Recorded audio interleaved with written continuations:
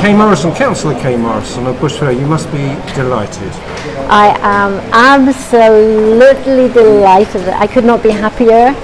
I think I'm in a state of disbelief, really, because it always takes a little while to sink in. While the count is ongoing, I always feel as though my feet are glued to the floor. I simply cannot move, not an inch, not a centimetre.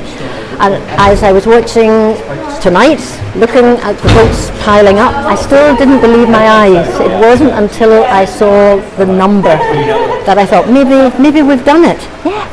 I know it's only Saturday when I interviewed Nicholsfield, but when you did go around, was there any sort of difference in the 6 weeks, or was it still the same issues? You know, because people will wonder in a very short period of time why so many people have come out and voted for the Labour Yes, and they're quite right to wonder. I think they are anyway.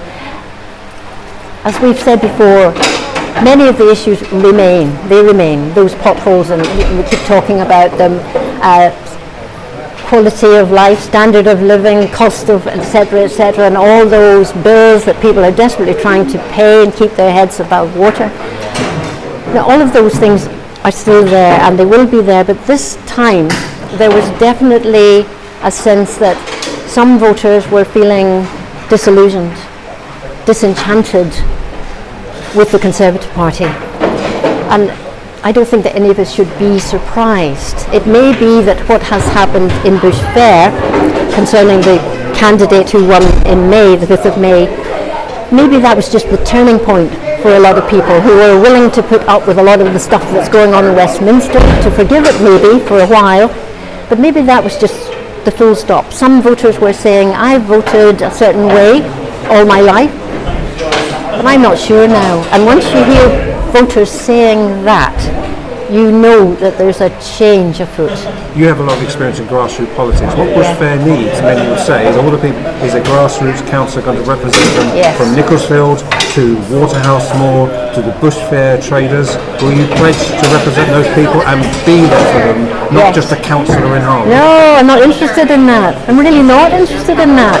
For me, the fun is in getting stuck in at grassroots level.